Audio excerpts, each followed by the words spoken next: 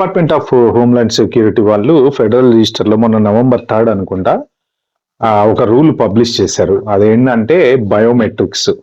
ఎవరివైనా సరే సిటిజన్స్ కానియండి, లేకపోతే మన ఇమిగ్రేషన్ మీద ఉన్నటువంటి వాళ్ళు నాన్ ఇమిగ్రెంట్ వీసాస్ H1లు, L1లు ఎవరైనా సరే ఏజ్ అనేది లేకుండా చిన్న పిల్లలైనా సరే ఎవరైనా వాళ్ళు మన బయోమెట్రిక్స్ కానీ ఫేస్ రికగ్నైజేషన్స్ కానీ తర్వాత మన కళ్ళు కూడా స్కాన్ చేసుకుంటూ ఉంటారు కదా, సో ఐరిస్ స్కాన్ అంటారు అది కూడా. సో ఈ డీటెయిల్స్ తో పాటు DNA కూడా కలెక్ట్ చేయాలి అని చెప్పేసి ఒక ప్రపోజల్ అయితే దాంట్లో పెట్టారు. సిటిజన్లు కానీ నాన్ ఇమిగ్రెంట్ వీసాల మీద ఉన్నటువంటి వాళ్ళు ఎవరిదైనా కానీ బయోమెట్రిక్స్, ఫేషియల్ రికగ్నైజేషన్స్, తర్వాత DNA, తర్వాత వాళ్ళ ఐరిస్ స్కాన్ అంటారు కదా, అంటే కళ్ళకు సంబంధించిన స్కాన్.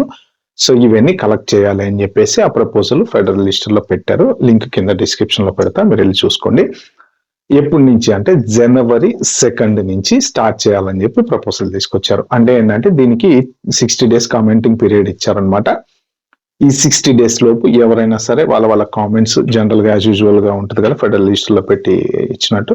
సో ఎవరైనా సరే వాళ్ళ కామెంట్స్ సబ్మిట్ చేయాలంటే సబ్మిట్ చేయొచ్చు. బేస్డ్ ఆన్ దట్ ఒకవేళ వాళ్ళు రూల్ కనుక స్టార్ట్ చేస్తే అది ఫైనల్ అవుతే జనవరి 2 తర్వాత వాళ్ళు డెసిషన్ తీసుకుంటారు, స్టార్ట్ చేస్తారా లేదా అనేది ప్రస్తుతానికి అయితే తెలియదు.